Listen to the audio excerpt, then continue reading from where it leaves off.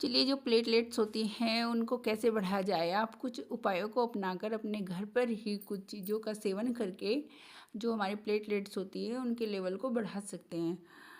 तो जो हमारी जो प्लेटलेट्स होती हैं, हमें कभी भी ऐसा नहीं करना चाहिए कि उनकी संख्या में गिरावट हो रही है और उनका इलाज नहीं ले रहे हैं। इस तरह की अगर हम वो करेंगे मतलब कि कोशिश कि हम उनका इलाज नहीं ले रहे हैं या फिर उनके लिए कुछ उपाय नहीं अपना रहे हैं, तो हम बहुत ज़्यादा दिक्कतों का सामना कर सकते हैं आगे चलने वाले टाइम में। और ये जो प्लेटलेट्स होती हैं, इनका जब लेवल कम होता है तो इस चीज़ को हमें अनदेखा नहीं करना चाहिए और अपना टाइम पर इलाज लेना चाहिए, यानी कि जांचें कराते रहना चाहिए, ताकि हम इनको दवाइयों के माध्यम से या फिर डॉक्टर के ट्रीटमेंट के द्वारा या फिर कुछ घरेलू उपायों को अपना करके इनको बढ़ा सके। तो चलिए जानते हैं कुछ घरेलू उपाय। इन उपायों को अपना करके आप जो ये प्लेटलेट्स होती है इसके लेवल को बढ़ा सकते हैं। तो जो हमारा सबसे पहले है, जो तुलसी होती है, तुलसी सब अपने घर में लगा करके रखते हैं और आसानी से मिल सकती है सभी को। तो जो ये तुलसी जो होती है, ये जो इसकी पत्तियाँ होती है, हमें इनको रोज़ाना 4 से 5 पत्तियों को चबा करके खाना चाहिए, या फिर तुलसी के पत्तों की जो चाय होती है उसका सेवन रोज़ाना करना चाहिए।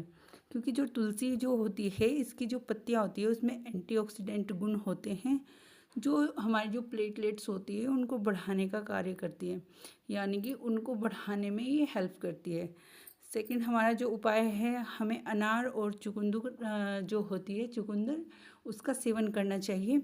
अनार और चुकंदर जो होती हैं, ये हमारे शरीर में खून की कमी को तो पूरा करते ही हैं, जो हमारी प्लेटलेट्स हैं उनको बढ़ाने में भी ये बहुत हेल्प करते हैं। तो हमें रोज़ाना अनार का जूस लेना चाहिए, और जो चुकंदर है उसका सलाद ले सकते हैं या फिर उसका भी जूस ले सकते हैं। और ये जो चुकंदर होती है, ये जो हमारा ब्लड है उसको अच्छा करती है, मतलब उसको शुद्ध करती है और प्लेटलेट्स को बढ़ाती है। तो इसलिए हमें अपने रोज़ाना रूटीन में जो अनार होती है और चुकंदर होते हैं उनका सेवन करना चाहिए। तीसरा जो उपाय है, जैसे कि जो पपीता होता है उसकी पत्तियाँ होती हैं, तो उनकी जो सॉफ्ट जो मुलायम पत्तियाँ होती हैं उनको लेकर के हमें बॉईल करना चाहिए, और 2 से 4 पत्ते ले सकते हैं हम उनकी, और उनको अच्छे से बॉईल करें 2 गिलास पानी डाल करके।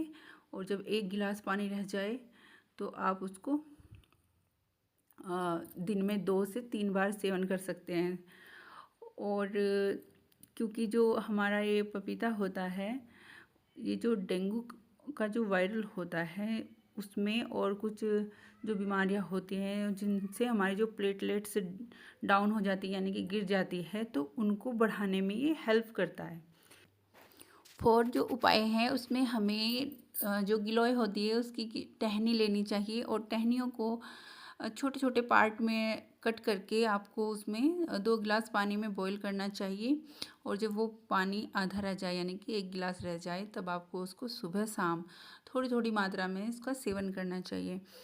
क्योंकि जो ये गिलोय होती है ये एक आयुर्वेदिक दवाई होती है, यानी कि जड़ी बूटी होती है, जो हमारे आयुर्वेद में बहुत अच्छी मानी जाती है, और जो हमारी जो इम्यूनिटी को अच्छा करती है, यानी कि उसको बूस्ट बनाती है, मजबूत करती है।